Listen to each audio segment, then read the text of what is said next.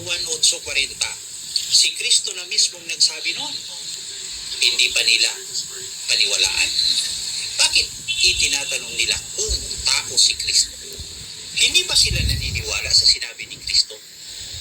Pinagsisikapan ninyo akong patayin na taong sa inyo'y Ayan, magandang umaga sa ating lahat.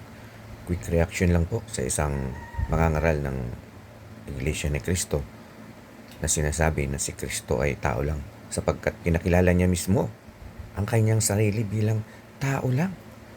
So, mga kapatid, tingnan natin bilang tao, sasabihin ni Kristo na tao siya dahil siya ay nagkatawang tao. Ang punot dulo nito ng mga aral ni Manalo ay tungkol dun sa pagiging tao na ipinanganak ni Maria. Hindi nila sinusog yung nagsimula siya bilang Diyos na nasa taas na bumaba sa langit upang ialay ang kanyang katawan para sa tao para maligtas. Paano mo sasabing si Kristo ay tao lang? Hindi siya nagmula sa sperm ng tao, common sense.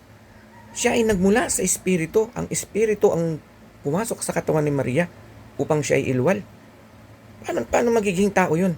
Wala siyang biological father, common sense na kayo. Kayo?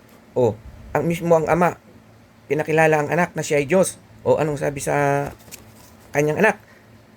Hebrews 1:8, 9, 10, basahin nyo. Ngunit sa kanyang anak ay sinabi, ang iyong luklukan o Diyos ay magpakailanman. Ama na nga ang nagsabi.